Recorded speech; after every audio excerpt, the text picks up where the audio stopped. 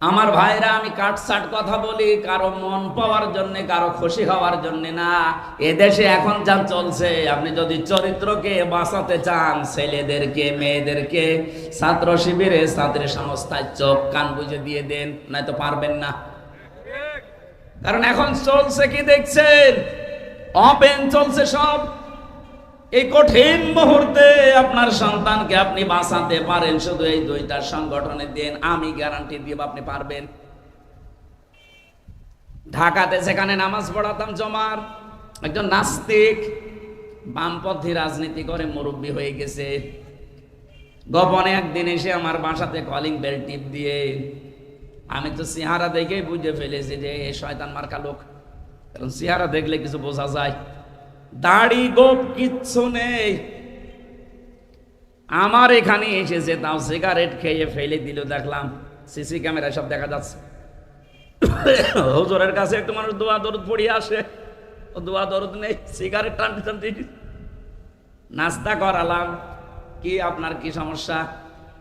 বলছে আপনি তো আমাদের ইমাম, আমি নামাজ পড়তে আসি অনেক দূর থেকে, জমান নামাজ।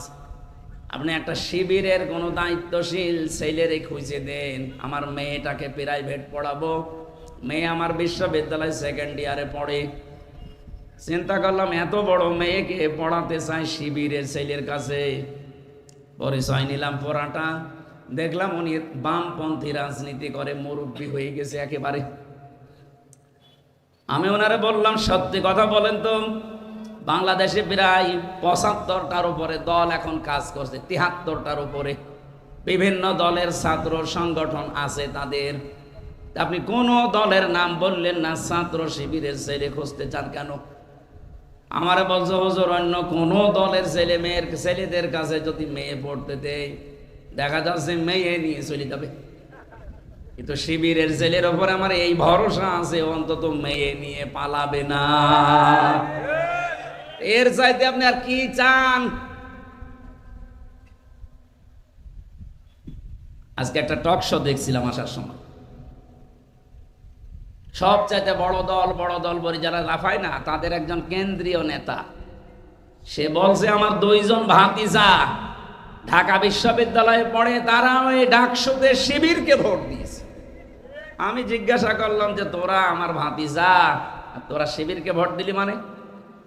2 জন ভাতিজা নির্দ্বিধায় বলে দিচ্ছে, চাচা শিবিরের এই ছেলেরা আমাদেরকে খাবারের পানির ব্যবস্থা করে দিয়েছে, অন্য কোন দলের ছাত্র সংগঠন এটা করে নাই। মেয়েদের প্রতি তাদের যে রেসপেক্ট, যাদের যে সম্মান, এটা আমরা অভিভূত হয়ে গেছি। এই জন্য আমরা জেনে শুনেই ভোট দিয়েছি। বলেন সুবহানাল্লাহ। নবীজির হাদিস পড়েছিলাম, আন ইবনে ওমর রাদিয়াল্লাহু তাআলা আনহু قال قال النبي صلى الله عليه وسلم فاتبعوا الصياد الاعظم। নবীজি বলেন, যারা ইসলাম কায়েম করতে অগ্রণী ভূমিকা পালন করছে তোমাদের ভেতরে, যাদের দ্বারা ইসলাম কায়েম হওয়া দ্রুত সম্ভব, তোমাদের উচিত হচ্ছে তাদেরকে অনুসরণ করা, পেছনে থাকা। বাংলাদেশে ৭৩টা দল কাজ করছে। আপনার বিবেককে প্রশ্ন করে বলেন, এই মুহূর্তে ইউনিয়ন থেকে শুরু করে আন্তর্জাতিক মহল পর্যন্ত সব জায়গায় ইসলাম যদি এসে যায়, এটা সুচারুরূপে কায়েম করে চালাতে পারে বাংলাদেশ জামাত ইসলামী। অন্য কোন দলকে দিলে তারা পারবে না, কারণ তাদের ওইভাবে লোক এখনো তৈরি হয়নি। একটা ইউনিয়ন থেকে শুরু করে আন্তর্জাতিক মহল পর্যন্ত প্রত্যেকটা জায়গায় সৎ, যোগ্য এবং নির্ভীক লোক তৈরি হয়ে গেছে জামাত ইসলামীতে। তাহলে হাদিস ছিল কি, ফাত্তাবিউস সিওয়াদাল আযম, যারা দুনিয়াতে তাড়াতাড়ি ইসলাম কায়েম করতে পারে তোমরা তাদেরকে সাপোর্ট করো, ইত্তেবা করো, অনুসরণ করো। তাই আমি তার বানিয়ে বলছি না, মিলে যাচ্ছে এই জন্য বলছি। বলেন, আপনার সাথে নাম মিললে আমি কি হাদিস বানাবো? হুজুর আমাদের নাম বলতে পারেন না, তা আপনার নাম আছে, আমি কি জোর করে আপনার নাম এখানে ঢোকাবো? যাদের ঢুকতেছে তাদের ঢুকিয়ে দিলাম, আপনার তো ঢোকে না। আমার ভাইরা কথাগুলো বিবেকের আয়না দিয়ে একটু ভাবেন। অ্যাম্বুলেন্স, গাড়িটা ছেড়ে দিন, গাড়িটা ছেড়ে দিন, তাড়াতাড়ি ছেড়ে দিন। সিরাজগঞ্জবাসী এই 18 জন, শুধু আমার মতো আমির হামজা না, সবগুলো এলাকার লিডার। কুষ্টিয়া সদর আর ইবি থানায় বাড়ি, আপনি খোঁজ নেন। জমার দিন নামাজ পড়ার পরে সব এসেছে রাতের বেলা। আমি বললাম ঠিক আছে, কালেমা পড়ানো লাগবে।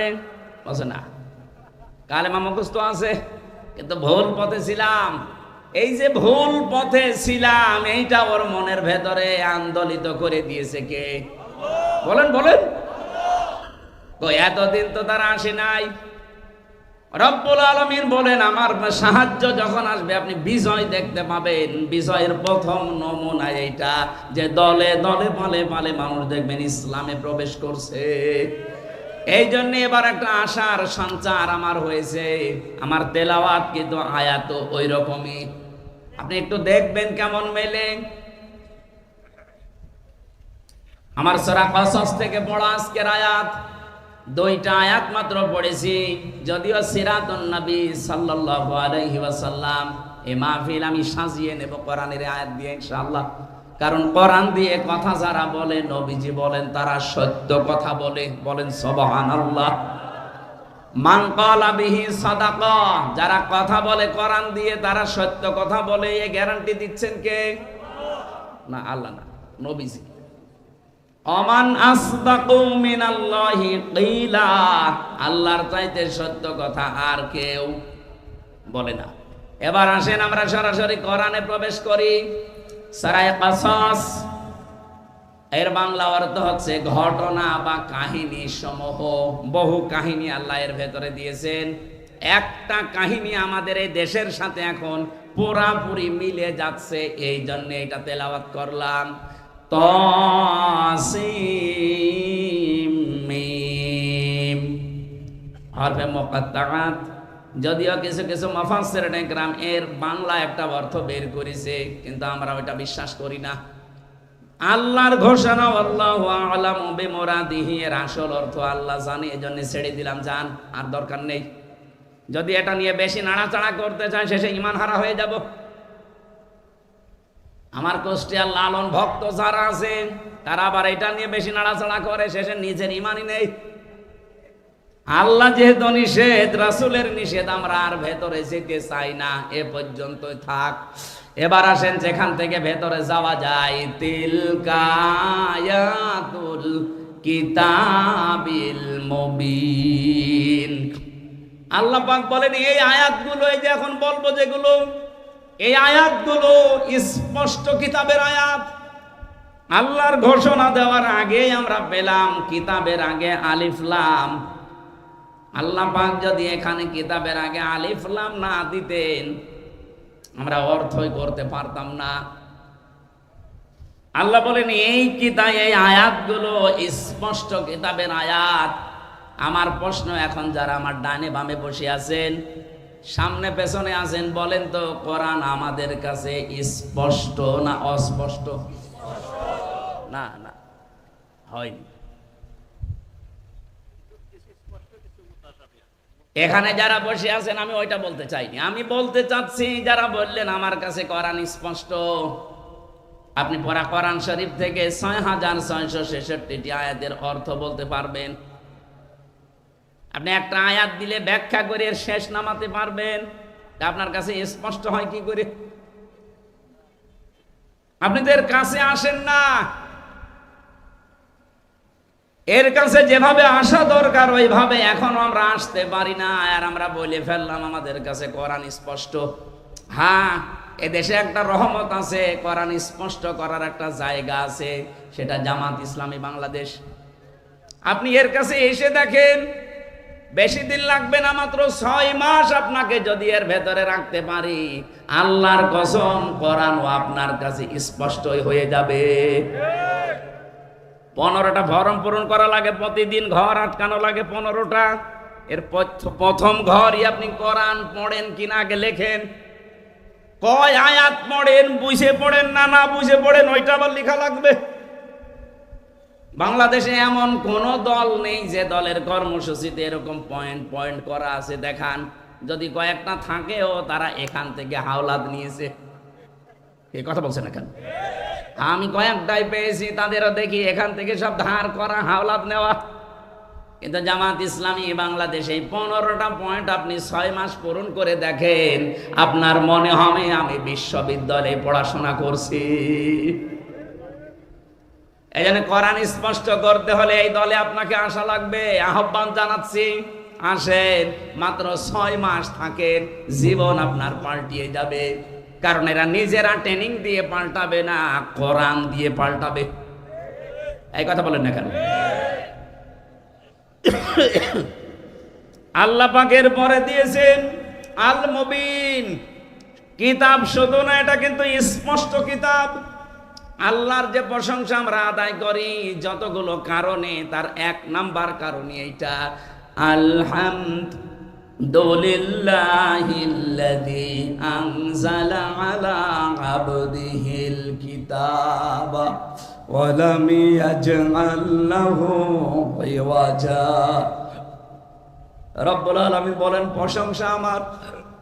যতগুলো কারণে প্রশংসা তোমরা করবা, তার 1 নাম্বার কারণে, কারণ আমি আমার বান্দার প্রতি এমন একটা কিতাব দিয়েছি যে কিতাবের ভেতরে কোনো গোপন কথা নেই, কোনো অস্পষ্ট কথা নেই, কোনো বাঁকা কথা নেই, যা আছে সব স্পষ্ট কথা।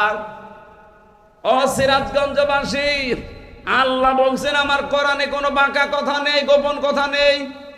এই জন্যই তো আমরা দেখি এই পৃথিবীতে যারা কোরআনের কাছে আসে আর কোরআন যারা বুঝতে চেষ্টা করে, তাদেরকে মাথায় বাড়ি দিয়েও আপনি আর গোপন রাখতে পারেন না। ওরা কোরআনের কাছে আসলেই যেন ওপেন হতে চায়। এই কথা বললেন না? হযরত ওমর কোরআনের কাছে এসেছিলেন, বুঝেছিলেন, আর গোপন থাকেননি, ওপেন হয়ে গেছেন। আপনি যার দিকে তাকাবেন তাকান, যারা কোরআন পড়েছে বুঝেছে, ওরা আর কেউ গোপনে ছিল না, সব ওপেন হয়ে গেছে। দুঃখজনক হলেও সত্য, বাংলাদেশে আমরা অনেক আলেম পর্যন্ত এখনো আছি, বলে হুজুর আমি গোপনে আছি। আপনি আর কতদিন গোপনে থাকবেন বলেন? এত ওপেন হওয়ার পরও আপনার এখনো সময় হয়নি। আপনি এখনো যদি বলেন আমি গোপনে আছি, কেন বলেন? আমি জানি।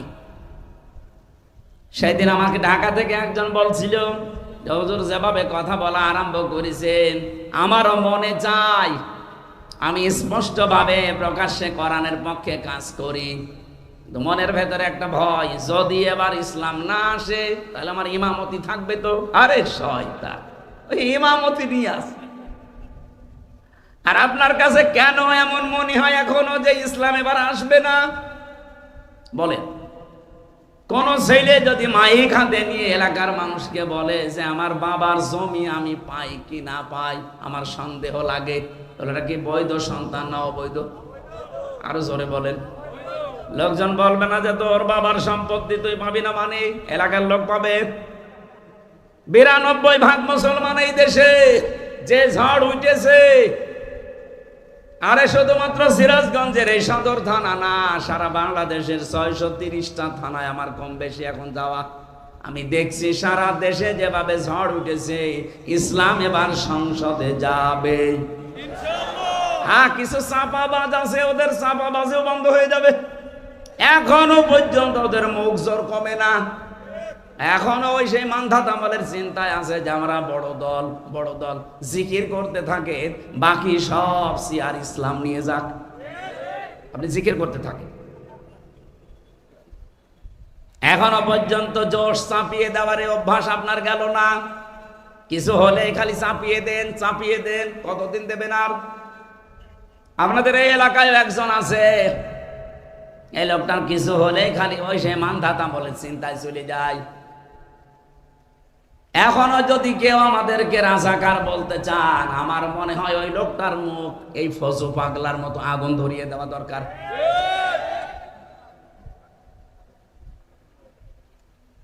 আমাদেরকে রাজাকার বলে যদি এই দেশে এখন দাবিয়ে রাখতে চান, আমাদের মাত্র 37 জন রাজাকার ছিল, আর আপনারা যারা বলেন তাদের 1040 জন। ঝাঁঝর যদি সইকে বলে তোর পেছনে ফোঁটা, কি করবেন বলেন তো? সইয়ের পেছনে ফোঁটা কয়টা?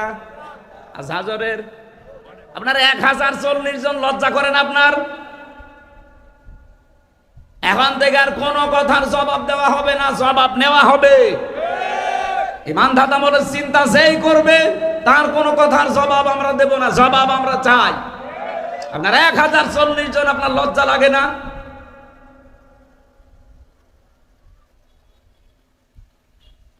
ও সিরাজগঞ্জবাসী, হ্যাঁ আমি জানি অনেকের মন খারাপ হবে, সত্য কথা শুনলে সবার কাছে ভালো লাগে না। এটাই যে আলেমগুলো এখনো দদুল্যমান অবস্থায় আছেন। আপনি কি কিতাব পড়ে আলেম হয়েছেন?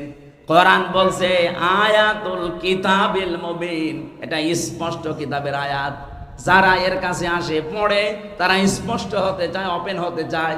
আর আপনি এখনো বলেন যদি পাস না করি আমার ইমামতি থাকবে। তো এই জন্য গোপনে আসি। থাকেন আপনি গোপনে। ইসলাম এবার আসবে হয় আপনাকে নিয়ে নয় আপনাকে বাদ দিয়ে।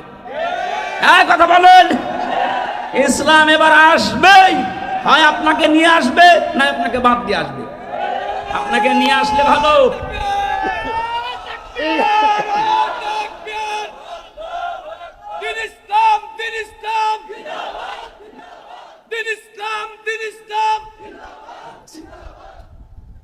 আপনাকে নিয়ে আসলে তো আপনার কপাল ভালো। যদি আপনাকে বাদ দিয়ে আসে কি হবে টের পাচ্ছেন?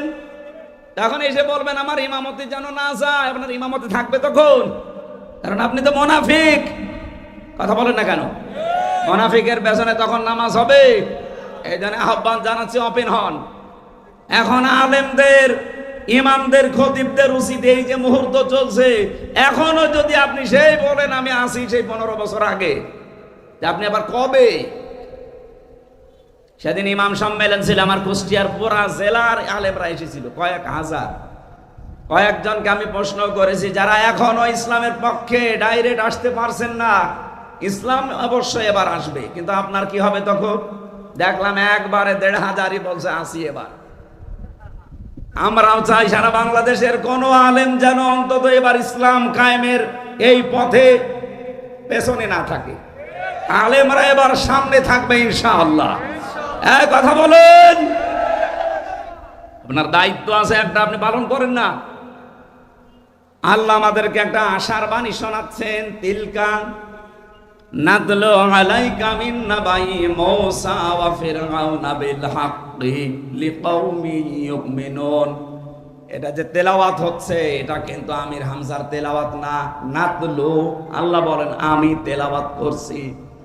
আলাইকা, আপনার কাছে, মিন নাবাই মূসা ওয়া ফিরআউনা, মূসা এবং ফেরাউনের বিল হাক্কি, একটা কাহিনী, সত্য কাহিনী আপনাদের আমি শোনাবো। এখানে শোনাচ্ছেন কে বলেন তো? আল্লাহ পাক যদি এখানে এখন আসতেন আর এই পিপল বাড়িয়া বাজারে বসে বসে যদি এই কাহিনীটা শোনাতেন, শুনতেন না? বলেন বলেন। আরে উনি শোনাতেন, উনি এখন আসতে পারছেন না, ওনার মানায় না এটা, এই জন্য আমির হামজাকে দিয়ে অ্যাডভার্টাইজ করাচ্ছে। আল্লাহ বলেন আমি যথাযথভাবে একটা কাহিনী, একটা ঘটনা তোমাদেরকে শোনাবো। লিকাউমি ইউমিনুন, যারা বিশ্বাসী তাদের জন্য আমি এই ঘটনাটা শোনাচ্ছি। কি ঘটনা শোনো? ইন্না ফিরআউনা আলা ফিল আরদি, অবশ্যই এই জমিনে একজন ফেরাউন ছিল। কি ছিল? বলেন বলেন। এই ফেরাউন ছিল কেমন? সে ছিল সীমা লঙ্ঘনকারী, সে ছিল ফ্যাসিস্ট, সে ছিল এই পৃথিবীতে অলু প্রকাশকারী। আল্লাহর সীমা পার হয়ে সে চলে গিয়েছিল। আল্লাহ রাব্বুল আলামিনের বিধান সে বাইরে রেখে এমন উপরে গেছে, সে নিজেই আল্লাহ দাবি করে বসে আছে। বলেছে আনা রব্বুকুমুল আ'লা, আমি তোমাদের বড় রব। এই ঘোষণাটা এস্টাবলিশ করার জন্য ও যা যা হাতে নিয়েছিল, ও শুধু ওই জামানায় হাতে নেয়নি, কিয়ামত পর্যন্ত বহু ফেরাউন দুনিয়া আসবে, তারা ওইটা ওইটা হাতে নেবে। কি নিয়েছিল আপনি বলেন তো? 1 নম্বরে ওয়াজাআলা আহলাহা শিয়া, সে জমিনের ভেতরে বিভিন্ন দল বিদলে মানুষকে বিভক্ত করে রেখেছিল। এই 54 বছরে আমার মনে হয় বহু ফেরাউন এইটা করেছে। টপিওয়ালাদের ভেতরে দেখেন বিভিন্ন জিনিস দিয়ে দল বিদলে বিভক্ত করে রেখেছে। ওর 5 কলি, ওর 3 কলি, ওর উঁচা টুপি, ওর আকীদা ঠিক নেই, এই নাম বলে বলে। অথচ ইসলামের মূল জায়গায় কিন্তু আমরা এক। কেউ কি আমরা কোনোদিন বলেছি যে ফরজ নামাজ 4 ওয়াক্ত? বলেন বলেন। রোজা 28টা, এই বলেন না কেন? মূল জায়গায় কিন্তু আমরা ঠিক আছে। এই শাখা প্রশাখা দিয়ে দিয়ে আমাদেরকে দলে বেদলে বিভক্ত করে রেখেছে। এটা ফেরাউনের প্রথম কাজ। বাংলাদেশে যারা করে রেখেছিলেন, আল্লাহর কসম তারাও এক প্রকার ফেরাউন। এখনো সেই ফেরাউনের তৎপরতা থেমে নেই, ও এখনো কাজ চালাচ্ছে। ও হয়তো বিদায় নিয়েছে, কিন্তু ওর চামচারা যারা আছে তাদেরকে দিয়ে এখনো করাচ্ছে। এখনো এই দেশের অনেক নামধারী আলেমকে দিয়ে এদেশে একামতে দিনের কর্মী যারা, তাদের বিরুদ্ধে এখনো ফতোয়া দেওয়াচ্ছে। এই কথা বলেন না কেন? কত বলো মুরব্বী আলেম দেখছি এখনো মাইকের সামনে বলছেন জামাত ইসলাম কোনো ইসলামী দল না, এরা মওদুদিবাদ। মওদুদিবাদ বলে কোনো বাদ দুনিয়ায় আছে স্যার? নেই। আমরা মওদুদি রহমতুল্লাহ আলাইহে তাকে আমরা আমাদের মাযহাবের ইমাম মানি না। মানি না। তার মাসলা মাসাইল আমরা নেই না। মাযহাবের ইমামও তাকে আমরা মানি না। তার শুধু যত লেখা আছে একটা বিষয় আমরা নিয়েছি, এই যে গণতান্ত্রিক পদ্ধতিতে ইসলাম কায়েম করা একটা পদ্ধতি। হ্যাঁ, ভুল হতে পারে। আপনার যদি এটা ভালো না লাগে, ভুল হয়, আপনি নতুন কোনো কিছু পারলে সেটা করেন। আপনি নিজেও করবেন না, যারা করছে এগিয়ে যাচ্ছে করতেও দেবেন না। আপনি কি হয়েছেন কি? আপনি যে আলেম নামে সালেমে সাথী কিন্তু বুঝে ফেলেছে। এমন এমন ফতোয়াবাজি এখন করছে কিছু মানুষকে দেখছি, তারা বলছে জামাত ইসলামী যদি এবার রাষ্ট্র ক্ষমতায় আসে, তারা নাকি কওমি মাদ্রাসা রাখবে না, তারা হাফেজি মাদ্রাসা রাখবে না, তারা দেওবন্দি মাদ্রাসা রাখবে না, তারা সুন্নিয়াতের মাদ্রাসা রাখবে না, সব ধ্বংস করে দেবে। আপনি এত বড় মিথ্যা কথা বলতে পারলেন? বাংলাদেশ জামাত ইসলামীর আন্ডারে দেশে এখনো হাজার হাজার হাফেজি মাদ্রাসা চলে। আমি আজকে যেখানে খাবার খালাম হাফেজি মাদ্রাসা, ওটা জামাত ইসলামী চালায় সিরাজগঞ্জে, না আল ইসলাম নাকি জানো, দারুল ইসলাম। শুধু এইটা না, আমার কুষ্টিয়ায় চলেন, মাগুরায় চলেন, হাফেজি মাদ্রাসা, কওমি মাদ্রাসা, এগুলো জামাত ইসলামী বাংলাদেশের ভাইদের টাকা দিয়ে খোঁজ চলছে। তারা যদি সব বন্ধই করে দেবে, এগুলো চালাচ্ছে কোন কারণে? এগুলো কেন বলছেন আপনারা আমরা জানি। যখন জাতি এক হওয়ার চেষ্টায় আছে, আপনাদেরকে নিয়ে মুনাফিকরা টাকা পয়সা খাওয়িয়ে বলাচ্ছে। জাতির লোকদেরকে আহ্বান জানাচ্ছি, আলেম নামে কোন জালেমের এই কথায় আপনারা আর বিভ্রান্ত হবেন না। এবার যদি একবার পা পিছলে যায়, এই দেশে ইসলাম আসতে কিন্তু অনেক দেরি হয়ে যাবে। জীবনে চর্মচোখে আর দেখতেও পাবেন না যে ইসলাম আসলে কি স্বাদ। আমার তো জীবনের বড় আকাঙ্ক্ষা, চর্মচোখে আমি কিচ্ছু চাই না, শুধু দেখতে চাই 56,000 বর্গ মাইল আল্লাহর কোরআন দিয়ে চলছে। এখানে যারাই বাদ সাজবে, মনে করবেন ওইটাই হয় জাতির শত্রু না ইসলামের শত্রু, সে যাই হোক। প্রত্যেক নবীর জীবনী আমি পড়ে পড়ে দেখেছি।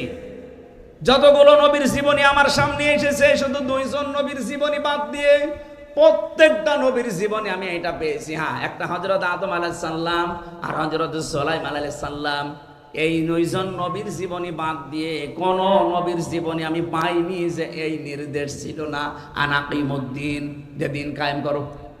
প্রতিটি নবীর জীবনে এই আদেশ ছিল যে আনাকিমুদ্দিন, দিন কায়েম করো, ওয়ালা তাতাফাররাকু ফি, এখানে ফতোয়াবাজি করবা না।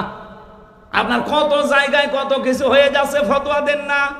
দিন কায়েমের জন্য মানুষ সব এখন এক জায়গায় হওয়ার চেষ্টায় আছে, আর আপনি একবার ফতোয়া দেওয়া আরম্ভ করে দিলেন। আপনাকে দিয়ে আল্লাহ এই কাজ করাবে না। এই আয়াতের পরবর্তী শব্দে আপনি দেখবেন আছে কাবুরা আলাল মুশরিকিনা মা তাদউহুম ইলাইহি। হে নবী, আপনি যেদিকে মানুষকে ডাকেন যে আসো আল্লাহর বিধান কায়েম করি, এই সত্যি করে বলেন, এটা রেকর্ড হচ্ছে। বাংলাদেশ জামাত ইসলামী কোনদিন বলেছে আমরা মওদুদির বিধান কায়েম করতে চাই? বলেন বলেন। কেউ যদি বলতে পারেন বুকে হাত দিয়ে বলেন। এরা তো সারা জীবন এই 41 সালে প্রতিষ্ঠিত দল, সকাল থেকে আরম্ভ হয়ে বলে যাচ্ছে যে আমরা আল্লাহর বিধান কায়েম করতে চাই। আরে ভাই, পদ্ধতি ভুল হতে পারে, আমি তো বারবার বলছি, কিন্তু তাদের মনে তো এটা আছে যে আমরা আল্লাহর বিধান কায়েম করতে চাই। কোনদিন তারা বলেছে এই পর্যন্ত সারে যে আমরা ভগবানের বিধান চাই, আমরা বাবার বিধান চাই? কোন কারণে এই দোষ চাপিয়ে দেন বলেন? এটা তো কাফেরদের স্বভাব। প্রত্যেকটা নবীর জীবনে এটা ছিল। আল্লাহ বলেন, হে নবী, আপনি মানুষকে ডাকেন এই দিকে, আমি জানি, কিন্তু আপনার এই ডাক শোনার পরে রাগ হবে, মন খারাপ হবে। কাদের? আলাল মুশরিকিন, মুশরিকদের। সুতরাং বাংলাদেশে আমরা যেখানে দিন কায়েম করার কথা বলি, যারা রাগ করেন, মাস্ট বি আপনি একটু খোঁজ খবর নিয়ে দেখেন ওই লোকটার দ্বারা কোনো না কোনো ভাবে শিরিক হচ্ছে। আর শিরিক হলে লোকটা কি? মুশরিক। বলেন বলেন। আপনি প্রশ্ন করতে পারেন, কই আমি তো শিরিক করি না, তাহলে কোরআন শরীফ কি মিথ্যা? দিন কায়েমের কথা শুনলে আপনার রাগ হয়, অবশ্যই আপনি বিশ্বাস করতে পারেন যে আপনি মুশরিক, তাছাড়া আপনার রাগ হওয়ার কথা না। যে কোনো ভাবে আপনি আলেম, তাতে কি আলেমও শিরিক করছে, এই কারণে আলেমের কাছে খারাপ লাগে। হ্যাঁ, আপনাকে দিয়ে আল্লাহ কেন দিন কায়েমের কাজ করান না? আল্লাহু ইয়াজতাবি ইলাইহি মাইয়াশা। রব্বুল আলামিন বলেন, আমি যাকে মনোনীত করি, আমি যাকে এজতেবা করি, পছন্দ করি, নির্বাচিত করি, ভালোবাসি, এই মানুষটাকে দিয়ে আমার দিন কায়েমে লাগিয়ে দেই। এদেশে তো কত মানুষ আছে, সবাইকে দিয়ে তো আল্লাহ দিন কায়েমের কাজ করায় না। কাকে দিয়ে করায়? ওয়াহদি ইলাইহি মাইয়ুনিব। যে লোকটা মন থেকে আল্লাহর দিকে ফিরে আসতে চায়, তাকে আল্লাহ স্বাভাবিক জীবন যাপনে রাখে না, তাকে দিন কায়েমের কাজে লাগিয়ে দেয়। সুতরাং আপনি যখন দেখবেন আপনাকে দিন কায়েমের কাজ আল্লাহ অ্যাক্টিভ ভাবে করাচ্ছে, আপনি বিশ্বাস করতে পারেন সূরা শুরার 13 নম্বর আয়াতের শেষের অংশ অনুযায়ী আল্লাহ আপনাকে মনোনীত করে ফেলেছে। বলেন সুবহানাল্লাহ।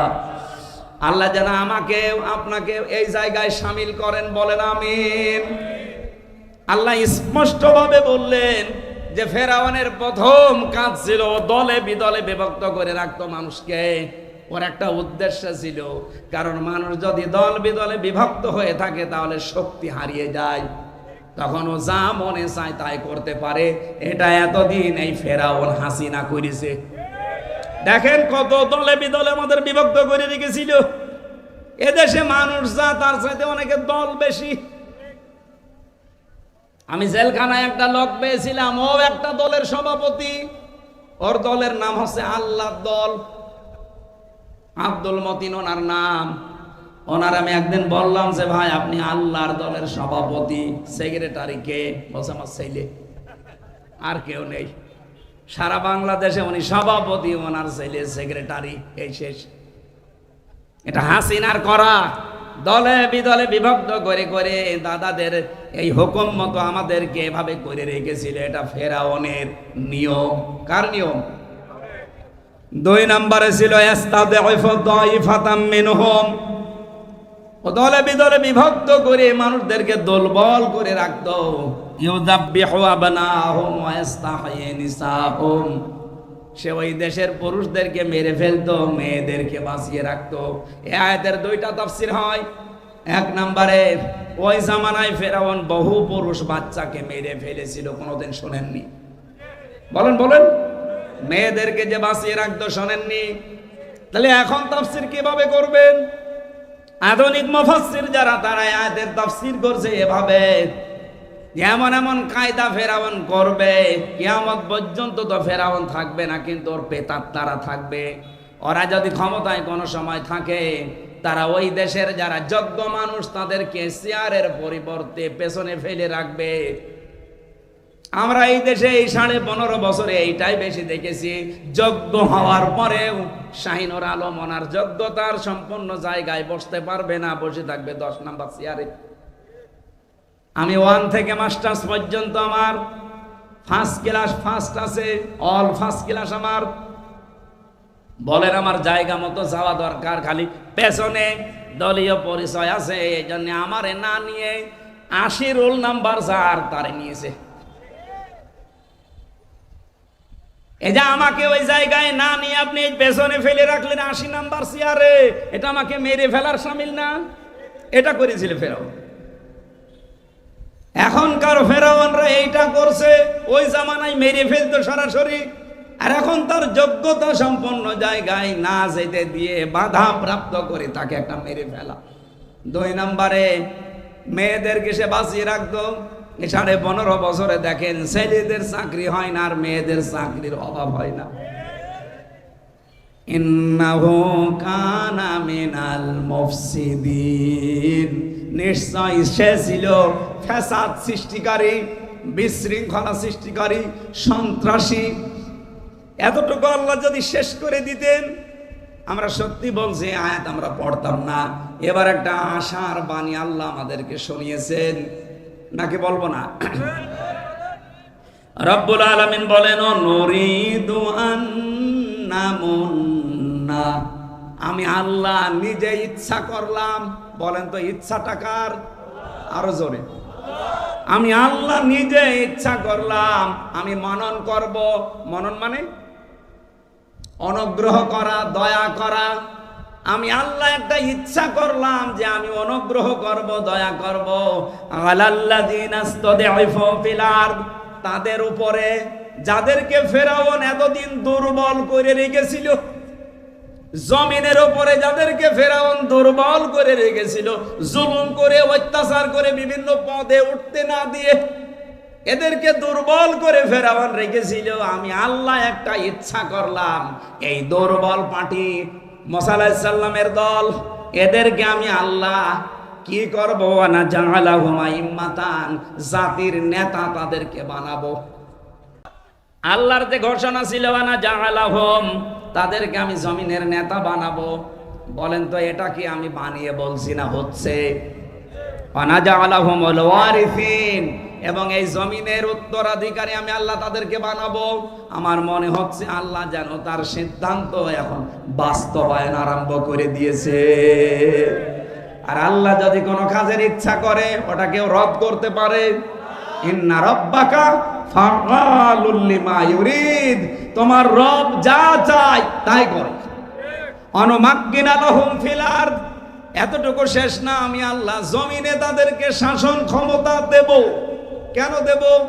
অনুরিয়া ফিরাউনা ওয়া হামানা, আমি ফেরাউন আর হামান, হামান মানে মন্ত্রী, মন্ত্রী পরিষদকে ফেরাউনের যারা ছিল তাদেরকে আমি দেখাবো। ও জনুদাহুমা, এবং তাদের যে সৈন্যবাহিনী দলের লোক তাদেরকে আমি দেখাবো যে তাদের তোমরা ভয় পেতে। মিনহুম মা কানু ইয়াহদারুন, যাদের উপরে তোমাদের ভয় ছিল এরা আসলে না জানি কি হয়ে যায়, আমি আল্লাহ তোদের দেখাবো যে দেখ আমি পারি। তার এই সিদ্ধান্ত এবার বাংলার জমিনে বাস্তবায়ন করে। বলেন আমিন। এই কায়দা আল্লাহর জানা আছে না নেই? আর সেই শক্তিও আল্লাহর আছে না নেই? আমাদের আল্লাহর উপরে আমাদের 100 ভাগের 100 ভাগ বিশ্বাস আছে। উনি যা বলেছেন তাই করবেই। উনি আমাদের মতো না, সকালে এক কথা বলে বিকাল আর এক কথা বলে। কথা বললেন না কেন? ওয়াহাইনা ইলা উম্মি মূসা আন আরদিহি, আল্লাহ পাক বলেন আমি ওহী করেছিলাম মুসা আলাইহিস সালামের মায়ের কাছে যে আমি তোমার সন্তানকে তোমার কাছে ফিরিয়ে দেব। এই 15 বছরের দিকে তাকান, কত সন্তান মায়ের বুক থেকে হারিয়েছে, কত জায়গায় পালিয়ে রেখেছে। আল্লাহ পাক জানে এখন সবগুলো আস্তে আস্তে ওপেন করে দিচ্ছে। আমার তো আয়াতগুলো পড়লে মনে হয় বাংলাদেশে এই মাত্র কোরআনের এই আয়াত আল্লাহ কেবল নাজিল করছে। প্রশ্ন কি আপনার?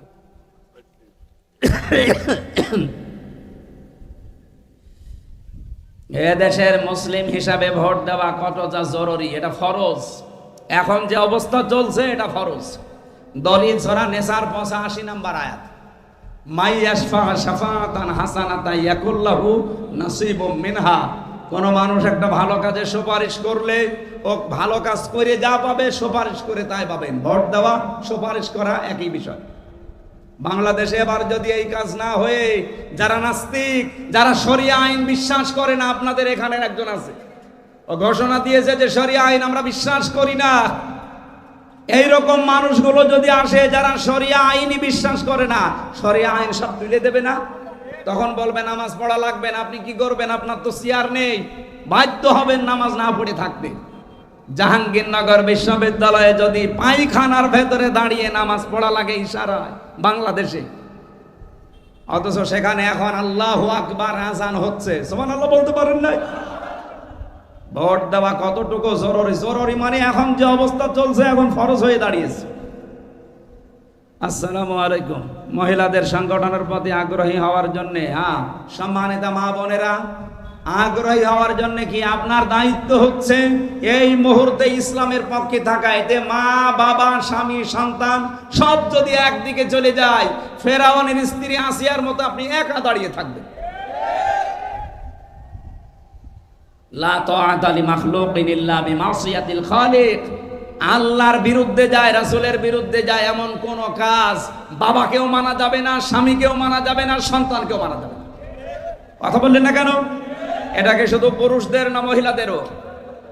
আমি যে হাদিস পড়েছিলাম মুআয ইবনে জাবাল থেকে, ইয়েমেন দেশে যখন গভর্নর করে নবীজি পাঠাচ্ছিলেন এই সাহাবীকে, ঘোড়ার রাকাবের ভেতরে অলরেডি পা দিয়ে দিয়েছে। নবীজি বললেন, শোনো, এমন একটা দেশে তোমারে পাঠাচ্ছি, যেহেতু দায়িত্বে আছো, এই জন্য বহু মানুষ হাদিয়া তোফা নিয়ে আসবে কাজ সিদ্ধি করার জন্য, কাজ উদ্ধার করার জন্য। হাদিয়া নিতে পারো, ওই পর্যন্ত যতক্ষণ হাদিয়া থাকবে। যদি ওটা ঘোষের পর্যায়ে পড়ে, জীবনও নিতে পারবা না। আমার মনে হয় সে অবস্থা এখন পৃথিবীতে নেই। এতটুকু নবীজি শেষ করে দেননি। বিশ্ব নবী বলেন, হে মুআয ইবনে জাবাল, ইসলামের কাঁটা কিন্তু নড়তেই থাকবে, বাতাসে নড়বে। ধর্মের কল কিসে নড়ে? বলেন বলেন। এমন একটা সময় এসে যাবে আমার উম্মতের ওপরে, আলা ইন্না রিহাল ইসলামি দায়রাতুন ফাদুরু মাআল কিতাবি হাইসু দার, আলা ইন্নাল কিতাবা ওয়াস সুলতানা লা ইফতারিকান। এইদিকে তাকান। আলা, সাবধান, ইন্নাল কিতাবা, নিশ্চয় কিতাবের ভেতরে মানে কোরআন শরীফের ভেতরে, আল ফুরকানা, আলা ইন্নাল কিতাবা ওয়াস সুলতানা, সুলতান মানে রাজত্ব, রাজনীতি। নবীজি বলেন, মুআয ইবনে জাবাল, ভালো করে শোনো, এমন একটা সময় সামনে আসবে আমার উম্মতের ভেতরে বহু মানুষ তারা আল্লাহর কোরআন আর রাজ্য রাজনীতি আলাদা করে ফেলবে। এটা কি ১৫০০ বছর আগের কথা এখন মিলছে না? এই কথা বলেন না কেন? এ পর্যন্ত তো শেষ না, পরে আছে ফালা তুফারিকুল কিতাব, সাবধান উম্মতেরা, কোনদিন আল্লাহর কিতাবের কোরআনের রাজনীতি থেকে নিজেকে আলাদা করবা না। সুতরাং এখন যে যা ফতোয়া দিক, কেউ যদি আমাদেরকে ধর্মান্ধ বলে, কেউ যদি বলে ধান্দাবাজ, কেউ যদি বলে রাজনীতি করে, শুধু যে যা বলে বলুক, পেছনে কুকুর ঘেউ ঘেউ করবে করুক, কারোর দিকে তাকানোর দরকার নেই। আমাদের একটাই টার্গেট থাকবে, ইসলাম এবার সংসদে নেবই। আমরা বহু মিলাদ মাহফিল শুনেছি জীবনে, সিরাত মাহফিল শুনেছি কিন্তু খুব কম। সিরাতের নামে যেগুলো হয় আমাদের দেশে, আসলে এটা সিরাতের ভেতরে পড়ে না। ওই নবীর জন্মের আগের কাহিনী বলা হয়। সিরাত মানে জীবন চরিত্র। জীবন যখন শুরু হবে সেখান থেকে তো আপনি আলোচনা আরম্ভ করতে পারেন। আপনি আরম্ভ করেছেন সে মান্ধাত আমলের, নবীজির জন্মই হয়নি, ওইটাকে আপনি মিলাদ বলতে পারেন। কিন্তু মিলাদুন নবী সাল্লাল্লাহু আলাইহি সাল্লাম নাম দিয়ে যে ঈদে মিলাদুন নবী বানিয়েছেন, এটা কিন্তু বেদাত ভাই, এটা ইসলামে নেই। যদিও এই সমস্ত কথাগুলো আমাদের এই রাজশাহী বিভাগ, খুলনা বিভাগ, এ বিভাগে না বললেও সমস্যা নেই, কারণ এই এলাকার মানুষ অত ঝামেলা না। এগুলো চলে বেশি চট্টগ্রাম আর সিলেটে, পাগল হয়ে যায়। অথচ যেটার জন্য পাগল হওয়ার কথা ওইটার জন্য কিন্তু পাগল হয় না। আপনি মিলাদুন নবী নাম দেন, পৃথিবীতে আল্লাহ পাক দুইটা ঈদ দিয়েছেন আমাদের জন্য, একটা ঈদুল আজহা, ঈদুল ফিতর, এর বাইরে কোনো ঈদ নেই। যদি কেউ নতুন করে ইসলামে কিছু প্রবেশ করায় সে কাফের। বলেন, ইসলাম থেকে কেউ যদি কিছু বাদ দিতে চায় সেও কাফের। ইসলাম থেকে দেশে এই ৫৪ বছরে বহু কিছু অনেকে বাদ দিতে চেয়েছে। আমি কি এটা বানিয়ে বললাম? বাদ দিতে চাইনি। এই যে মেরাজের যে সম্পত্তি, ছেলে যদি 2 টাকা পায়, মেয়ে 1 টাকা পাবে, এই নিয়মটা মানিয়েছে কে? এইটা পর্যন্ত অনেকে তুলে দেওয়ার চেষ্টায় ছিল। তাহলে ইসলামের যেটা আছে ওটা যদি কেউ তুলে বাদ দিতে চায়, সে কিন্তু কাফের হয়ে যাবে। ইসলামের ভেতরে নতুন কিছু যদি কেউ প্রবেশ করাতে চায় এই ৯২% মুসলমানের দেশে, সেও কি? এই জন্য ইসলামের ভেতরে নতুন কিছু প্রবেশ করাবেন না, যা আছে ইসলাম এটাই। ঈদে মিলাদুন নবী পালন করাও জায়েজ নেই, এটা বানানো জায়েজ নেই, এটা স্পষ্ট বেদাত। আশা করছি এ বিষয়ে সতর্ক থাকবেন।